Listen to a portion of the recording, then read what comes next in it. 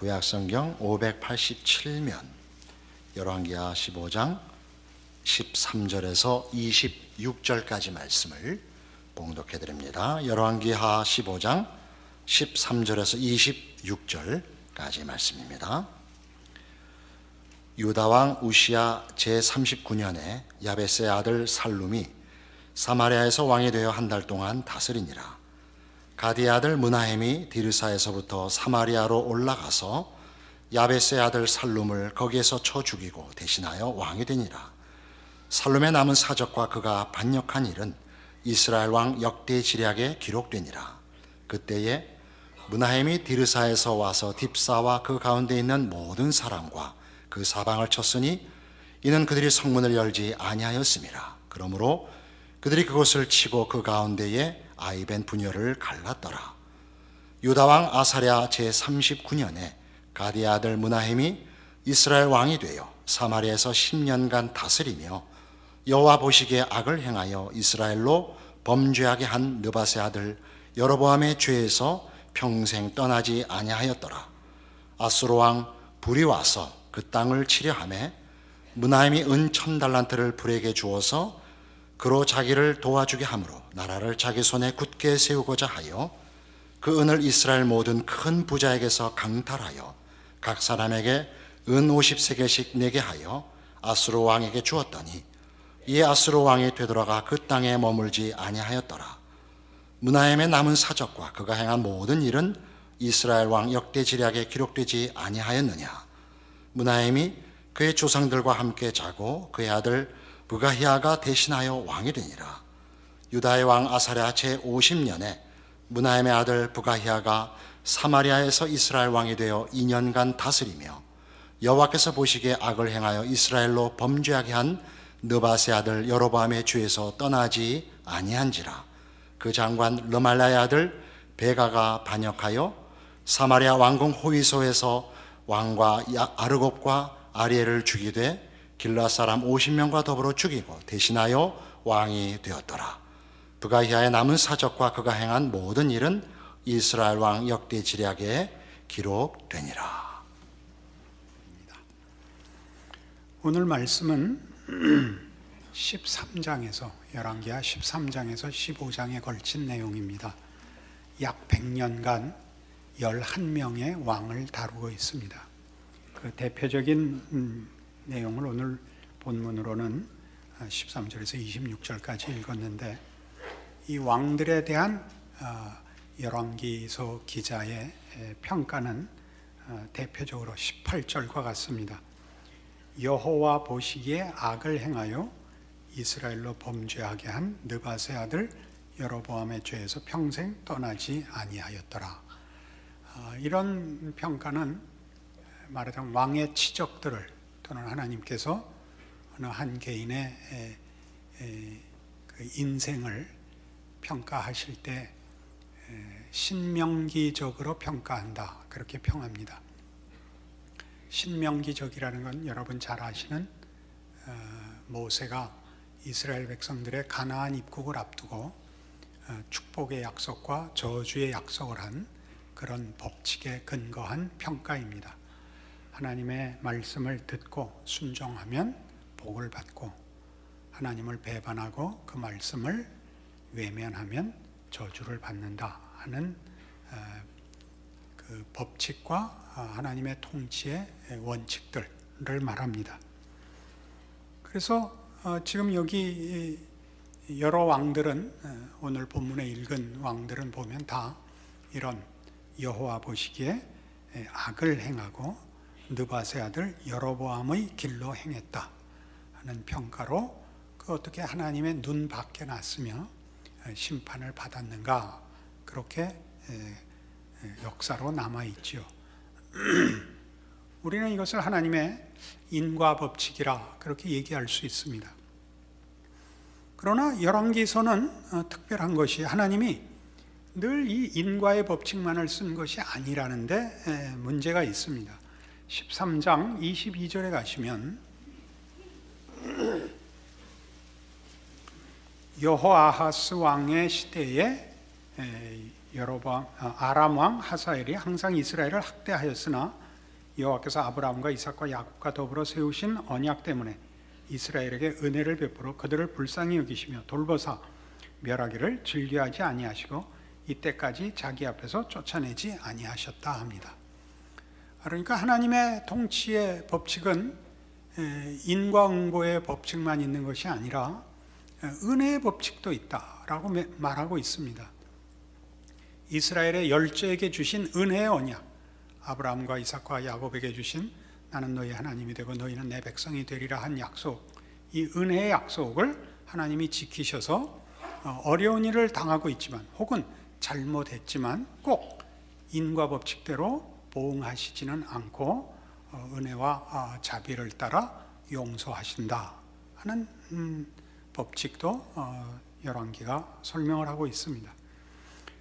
우리에게 있는 하나의 어려움은 바로 이 문제입니다. 이 인과 법칙과 은혜의 법칙이 우리를 불명확하게 합니다. 어느 때는 인과 법칙을 쓰시고 어느 때는 은혜의 법칙을 쓰시는가가 우리로서는 불확실하기 때문에 우리 믿음의 성도들이 그 신앙의 현실 속에서 하나님은 왜 이런 때는 인과 법칙을 안 쓰시는가, 이런 때는 왜 은혜의 법칙을 쓰시지 않는가 하는 문제로 인하여 사실 마음에 적지 않이 당황스러운 것입니다. 이 법칙은 13장 1절 이하에 보시면 이렇게까지 나옵니다. 유다왕 아하시아의 아들 요아스의 제23년에 예후의 아들 여호아스가 사마리아에서 이스라엘 왕이 되어 17년간 다스리며 여호와 보시기에 악을 행하여 이스라엘에게 범죄하게 한 느밧의 아들 여로보암의 죄를 따라가고 거기서 떠나지 아니하였으므로 여호와께서 이스라엘에게 노하사 늘 아람 왕 하사엘의 손과 그의 아들 벤하닷의 손에 넘기셨더니 아람 왕이 이스라엘을 학대함으로 여호아스가 여호와께 간구하며 여호와께서 들으셨으니 이는 그들이 학대받음을 보셨습니다. 여호와께서 이에 구원자를 이스라엘에게 주심에 이스라엘 자손이 아람 사람의 손에서 벗어나 전과 같이 자기 장막에 거하였다, 이렇게 기록합니다. 그러니까 악한 왕에게도 꼭 인과 법칙만 쓰여져서 징벌과 심판이 오는 것이 아니라 구원을 허락하시기도 합니다.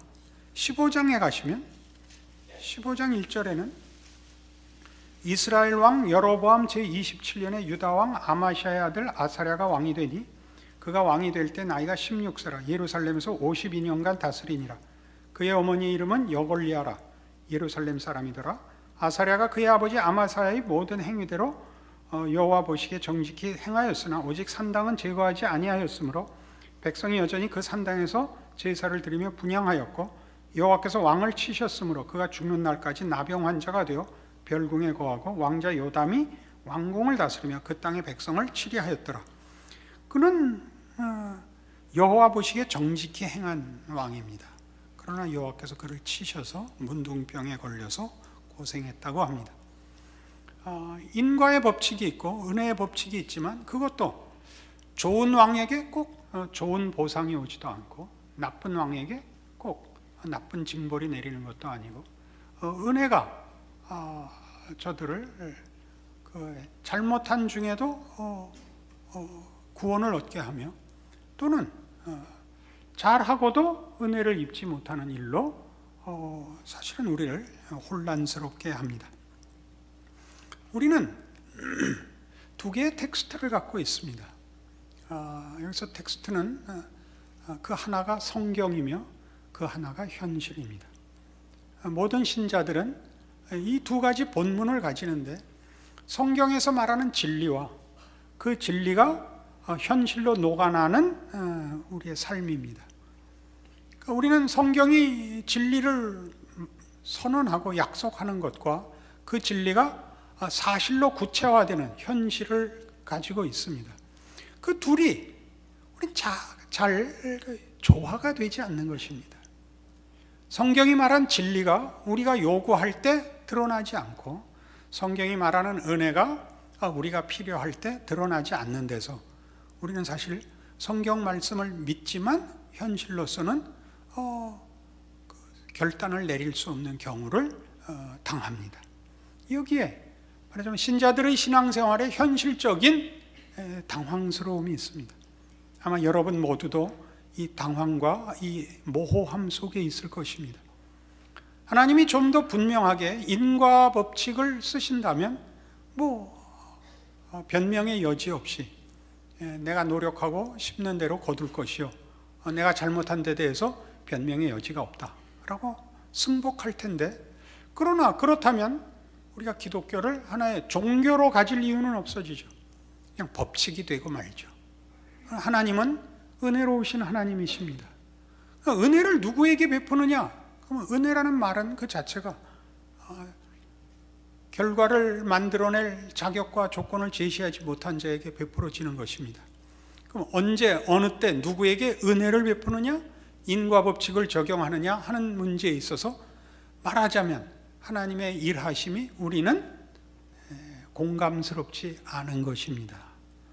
그러니까 기독교 신앙인들의 현실적인 신앙상의 모호함은 성경을 믿지 않는다든가 현실을 무슨 환상으로 바꾸어 버리는 그 자아도취적인 일 때문에 모호해지는 것이 아니라, 성경을 믿고 현실적인 하나님의 간섭을 믿지만 그 둘 사이의 조화를 또는 일관성을 우리가 확보할 수 없다는 데서 우리의 이해와 범위를 벗어난다는 면에서 우리는 약간 이렇게 당황해하고 있는 것입니다.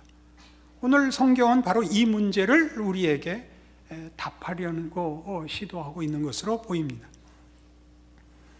하나님은 결국 응답하실 거다, 우리는 그렇게 얘기하죠. 여기서 말하는 결국은 현실로서는 하나님이 일하신다든가 하나님이 약속을 지키신다는 게 눈에 보이지 않지만 결국은 응답하실 것이다, 결국은 약속을 지키실 것이다, 결국은 우리 성경대로 합력하여 선을 이루시는 끝장을, 결과를 허락하실 것이라, 이렇게 우리는 격려합니다.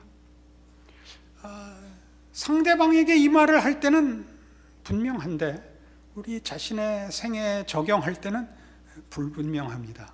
그것이 우리를 말하자면 불만스럽게 하고 당황스럽게 하고 불안하게 하는 것이죠. 유진 피터슨이라는 유명한 신학자요, 신앙인이 있는데, 이 문제를, 하나님의 이 결국에 관한 문제를, 그래서 현실을 우리가 어떻게 이겨내야 하는가를 아주 잘 설명해낸 구절이 있어서 제가 인용하겠습니다. 현실은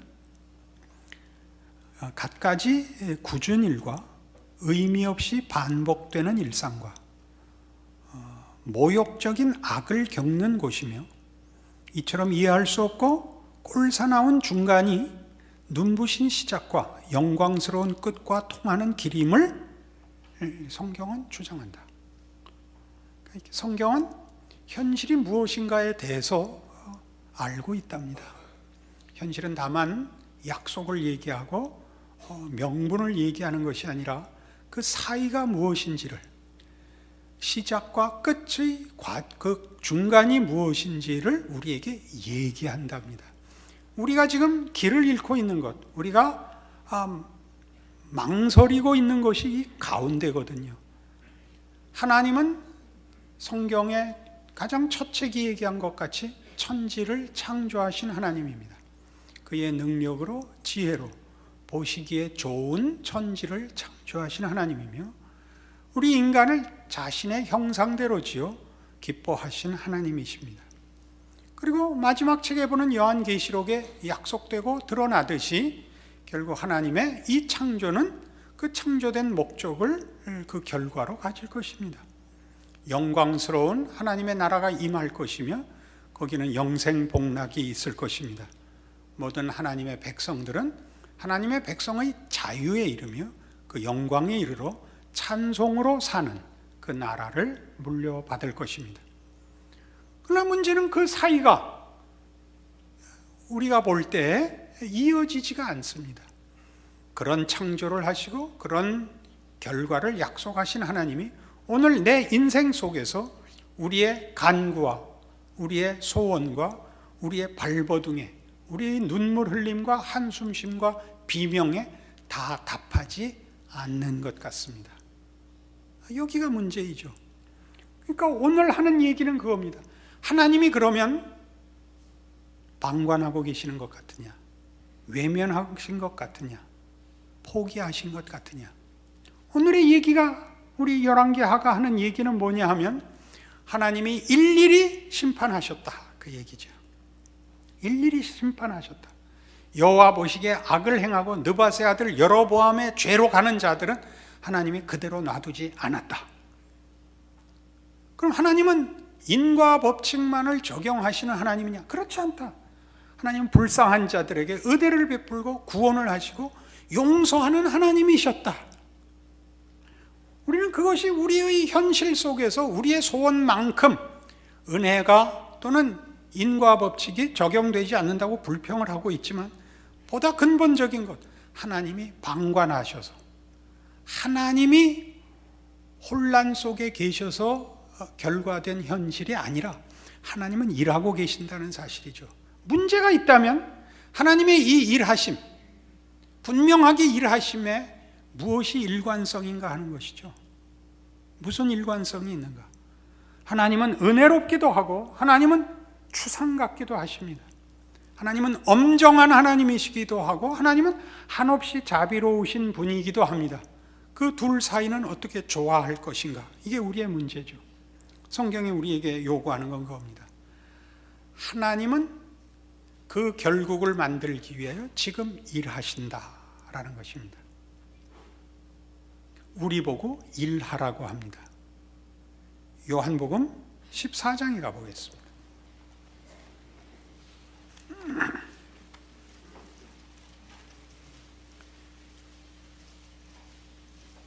요한복음 14장 8절 빌립이 이르되 주여 아버지를 우리에게 보여주옵소서 그리하면 족하겠나이다. 예수께서 이르시되 빌립아 내가 이렇게 오래 너희와 함께 있을 때 네가 나를 알지 못하느냐? 나를 본 자는 아버지를 보았거늘 어찌하여 아버지를 보이라 하느냐? 내가 아버지 안에 거하고 아버지는 내 안에 계신 것을 내가 믿지 아니하느냐? 내가 너희에게 이르는 말은 스스로 하는 것이 아니라 아버지께서 내 안에 계셔서 그의 일을 하시는 것이라. 내가 아버지 안에 거하고 아버지께서 내 안에 계심을 믿으라. 그렇지 못하겠거든 행하는 그 일로 말미암아 나를 믿으라. 이게 뭘까요? 하나님을 보여주옵소서. 이 질문은 여러 가지 내용을 담고 있습니다. 하나님은 정말 하나님이십니까? 이 질문일 수도 있습니다. 하나님은 어떤 분이십니까? 이 질문도 담고 있습니다. 하나님은 무엇을 하고 계십니까? 이 질문도 담고 있습니다. 오늘은 그 세 번째에 해당하는 질문이죠. 하나님 왜 일을 이렇게 하십니까? 나는 이해가 되지 않습니까? 하나님은 뭐 하고 계십니까? 하나님이 일하고 계시지 않냐? 하나님의 하나님 되심을 쉬지 않고 계시지 않느냐? 나를 보라. 그죠? 예수님의 성육신은 하나님께서 창조하시고 결과하실 하나님의 창조와 약속을 지금 이루어 가고 계시며 그 이루시기 위하여 지금 일하고 계심을 보여주는 산 증거며 최고의 증언입니다. 그렇지 않습니까? 예수님이 오셔서 하는 일을 보고 빌립이 하나님을 보여주옵소서라고 질문을 한 이유는 뭘까요? 여러분들이 가진 질문같이 마음에 다 안 드는 것이겠지요. 하나님이 보다 초월적으로 일하시기를 바라는 것일 수 있습니다. 답답한 일을 시원하게, 안타까운 일을 지금 당장, 즉시 우리의 소원과 우리의 만족을 허락하는 그런 신속하고 만족스러운 결과를 이루어 주시는 것이 하나님의 개입일 거라고 생각합니다. 그러나 성육신에서 보는 하나님의 오늘 일하심은 한계로 일하시는 하나님입니다. 한계로 일하십니다. 우리 신자들이 신앙생활 속에서 제일 어렵고 오해가 많은 부분이 뭐냐 할 때 여러분들은 하나님께 하소연하여 하나님이 여러분에게 초월로 개입하시기를 바라는 것입니다. 여러분이 초월을 부르는 가장 큰 이유는 여러분 입맛과 성격에 맞게, 성미에 맞게 즉각적인 답을 요구하는 것입니다. 하나님은 그걸 요구하시지 않고 여러분이 하나님의 사람으로 존재하며 반응하기를 바랍니다. 한계를 감수하기를 바랍니다. 그것이 성육신입니다. 성육신의 무시무시함은 하나님께서 모든 것을 말씀으로 창조할 수 있고 반전시킬 수 있고 결과시킬 수 있는 분임에도 불구하고 그 아들을 육체를 입혀 인간으로 보내어 한계 속에서 아버지의 뜻을 목적한 대상들 속에 이루신다는 사실이죠. 한계 속에서 일하십니다. 이게 싫지요. 이게 싫지요. 빌립보서 4장에 가십니다.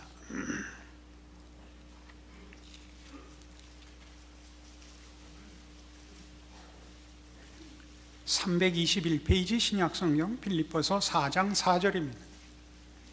주 안에서 항상 기뻐하라. 내가 다시 말하노니 기뻐하라. 너희 관용을 모든 사람에게 알게 하라. 주께서 가까우시니라. 아무것도 염려하지 말고 다만 모든 일에 기도와 간구로 너희 구할 것을 감사함으로 하나님께 아뢰라. 그리하면 모든 지각에 뛰어난 하나님의 평강이 그리스도 예수 안에서 너희 마음과 생각을 지키시리라. 항상 기뻐하라. 걱정하지 마라. 하나님 보고 계신다. 하나님 지금 일하신다. 네가 하나님을 지켜야 되고 하나님이 안 하시는 모자라는 일을 네가 보충해야 되는 것 아니다. 너 자신과 내 운명이 하나님 손에 있고 하나님 일하셔서 지키신다. 넉넉하다. 걱정 마라. 그래서 8절 끝으로 형제들아 무엇에든지 참되며 무엇에든지 경건하며 무엇에든지 오르며 무엇에든지 정결하며 무엇에든지 사랑받을 만하며 무엇에든지 칭찬받을 만하며 무슨 덕이 있든지 무슨 기림이 있든지 이것들을 생각하라. 어떻게 하라고요? 무슨 일이나 무엇에나 신자다우렵니다. 자, 하나님은 우리가 고통을 바꾸고 슬픔을 해결하고 억울함을 풀라고 요구하지 않습니다. 우리에게 울라고 얘기합니다. 한숨을 쉬라고 하고 분을 삭이라고 합니다. 우리가 당하는 모든 일에서 신자다우랍니다. 우리는 신자답다는 것이 난관과 해결할 수 없는 곤경을 초월적인 힘으로 해결해 놓는 것이 신자의 신앙이요, 신자가 보여야 할 그 신앙 생애에 있어서의 증언이라고 생각을 합니다. 하나님은 그렇게 얘기하시지 않고 같이 슬픔을 당하라고 얘기합니다. 신자로서 당하는 슬픔을 당하라. 하나님을 모르는 자가 슬픔을 당하는 것과 신자가 당하는 것은 다르다는 것을 보여주라. 실패를 하나님 없이 당하는 실패와 하나님 안에서 당하는 실패가 다른 것을 보여주라라고 얘기합니다. 그래서 무엇에든지 무슨 일을 하든지인 것입니다. 우리도 억울할 수가 있습니다. 답답할 수 있고 절망할 수 있습니다. 여러분 시편을 보시면 시편의 시들은 물론 기본적으로 찬송시입니다만 그러나 잘 보시면 그 대부분 하소연입니다. 없는 답, 해결이 없는 절망에서 그들의 원통함과 비탄을 기도로 승화시키는 겁니다. 한 사람이 당하는 좌절과 곤경을 하나님의 백성들은 다르게 감수하는 것입니다. 여러분의 인생이 예수를 믿는다는 이름 하나로 무슨 문제든지 보이는 해결, 그것이 하나님께서 목적하는 것이 아니라는 것을 성경이 가르칩니다. 왜요? 우리는 한계 속에서 크기 때문입니다. 하나님은 우리에게 재능을 요구하시지 않고 한계를 짊어지게 하심으로써 하나님의 사람들을 만들어 갑니다. 이런 땐 절대 아멘 안 하시죠. 그렇게 될까 봐. 우리는 우리 자녀들에게 공부를 시킬 때 물론 현대 사회가 요구하는 것 같이 실용성을 위해서도 공부를 잘하라고 합니다만은 사실 기본적으로는 훌륭한 사람을 목적으로 하는 것입니다. 공부를 잘한다는 것은 다만 등수의 문제가 아니고 경쟁의 문제가 아니고 사람이 책임 있게 살아야 된다든가 성실해야 된다든가 노력해야 된다든가 하는 것들을 가르치기 때문에 공부를 잘해라 라고 요구하는 것입니다. 신앙생활의 진정한 목적은 하나님이 당신의 자녀를 만드는 것입니다. 하나님의 자녀가 되는 데 있어서 우리가 필요한 것은 초월과 결과를 하나님이 그 손에 붙들고 계시다는 사실 속에서 마음껏 훈련되어야 하는 것입니다. 그 훈련은 우리의 한계를 아는 것에서 제일 크게 꽃이 핍니다. 하나님을 의지하는 법을 배웁니다. 자기가 할 수 있는 일과 하나님께 맡겨야 하는 일을 알게 되고 우리는 울 수 있고 한숨 쉴 수 있게 되며 우리의 말하자면 절망과 슬픔마저도 하나님의 자녀라는 이름 아래서는 우리를 손해케 못한다는 것을 배웁니다. 낮에 해가 너를 상치 못하며 밤에 해가 너를 해치 못하리라가 사실입니다. 우리는 우리 인생에 일어나는 어떤 일들도 우리를 손해케 하지 못한다는 것을 배웁니다. 하나님은 필요하다면 인과 법칙으로 우리를 꾸중하실 수 있습니다. 우리는 우리 인생 속에서 우리가 게을렀기 때문에 미련했기 때문에 준비하지 못했기 때문에 당하는 그 결과를 볼 수 있습니다. 그러나 세상 사람들이 그 실패를 만나는 것과는 다릅니다. 우리는 하나님의 진실한 법칙을 봅니다. 하나님은 성실하신 하나님입니다. 노력하기를 요구하십니다. 준비하기를 요구하십니다. 그러나 또 하나님은 그것만으로 우리의 아버지가 되신 분이 아니라 우리가 준비치 못한 것, 우리가 받을 자격이 없는 것을 주는 하나님이라는 것을 은혜 속에서 가르치십니다. 하나님의 지혜와 뜻을 따라 그렇게 하십니다. 우리가 박자가 잘 안 맞죠. 여러분 자녀를 기르시면서 얼마든지 경험하시는 겁니다. 여러분 자녀가 달라는 것과 여러분이 주려고 하는 것이 박자가 맞는 적은 거의 없습니다. 안 그렇습니까? 하나님께서 이런 역사를 통하여 성경을 통하여 우리의 인생을 통하여 어떻게 일하시는가 잠잠히 한번 돌이켜 보시기 바랍니다. 하나님의 일하심의 성실함을 기억하셔야 합니다. 하나님 일하시더라. 하나님 분명하시더라. 어떤 사람이 하나님의 인과 법칙에 성실함을 증언할 수 있습니다. 하나님이 어떤 사람이 하나님의 무한하신 은혜를, 그래서 그가 얻은 바 자비와 긍휼에 무한한 것을 증언하실 수 있습니다. 우리 모두 거기서 은혜를 받습니다. 하나님 일하신다. 하나님 외면하지 않으신다. 하나님 거리를 두지 않으신다. 우리 안에 들어와 계신다. 예수 그리스도를 보내신 것 같이 들어와 나를 붙잡고 씨름하신다. 이것이 우리의 현실입니다. 그 현실 속에서 하나님을 발견하지 못한다면 우리는 우리가 할 일도 찾지 못합니다. 우리가 할 수 있는 일을 해야 합니다. 결과를 만드는 일, 그것은 하나님께서 좀 더 길게 두고 하시는 일입니다. 우리에게는 분명하지 않습니다. 약속만 있습니다. 오늘 할 수 있는 일은 분명합니다. 하나님의 자녀들에게 요구하는 성경의 모든 가르침이 너무나 분명합니다. 오늘 비록 그것이 나에게 실용성이 있는 것이 아닐지라도 하나님의 자녀로서는 해야 하는 일인 줄 압니다. 오른편 뺨을 맞거든 왼편 뺨을 돌려대라. 70번씩 7번이라도 용서해라. 억지로 오리를 가자 그러면 심리를 가라. 참으라. 기도하라. 용서하라. 웃으라. 할 수 있지요. 그걸 하십시오. 하나님께서 지금 일하시듯이 우리도 하나님의 사람으로 오늘을 살아야 합니다. 하나님이 나의 마음에 들 때까지는 하나님의 사람으로 사는 것 보류입니다. 이렇게 얘기하면 하나님도 네가 내 마음에 들 때까지 나도 보류다 그러는 날이면 우리는 망하는 것입니다. 신자의 특권이 무엇인지를 아십시오. 신자의 특권이 무엇인지, 오늘 하루를 어떤 상황 속에서도 무슨 일에서건 어떤 일에서건 어떤 상황에서건 하나님의 사람일 수 있다는 데 우리의 특권이 있고 자랑이 있습니다. 이 인생을 사신다면 결국 여러분은 날을 더해 갈수록 해가 바뀔수록 결국은 하나님의 일하심에 참여한 자의 깊은 경지로 인도함을 받아 하나님이 과연 내 인생에 찾아오셨다, 나와 일하시더라, 내가 하나님과 동행하고 있다 라는 결론을 얻으시게 될 것입니다. 이것이 신앙생활입니다. 누가 큰 소리 치거든 박수 치시고 여러분은 이 길을 걸으십시오. 하나님께서 여러분의 인생 속에 자랑할 일을 주시는 날도 있고 곤곡해 하시는 날도 있을 것입니다. 그러나 둘 다 동일한 결과를 향하여 갑니다. 하나님이 누구신가를 알며 우리가 하나님의 영광에 찬송이 되는 그 자리입니다. 기도하십시다. 하나님 아버지 은혜를 감사합니다. 하나님의 자녀로 살며 하나님을 알고 사는 일에는 실패가 있을 수 없고 후퇴가 있을 수 없고 후회가 있을 수 없다는 사실을 인정합니다.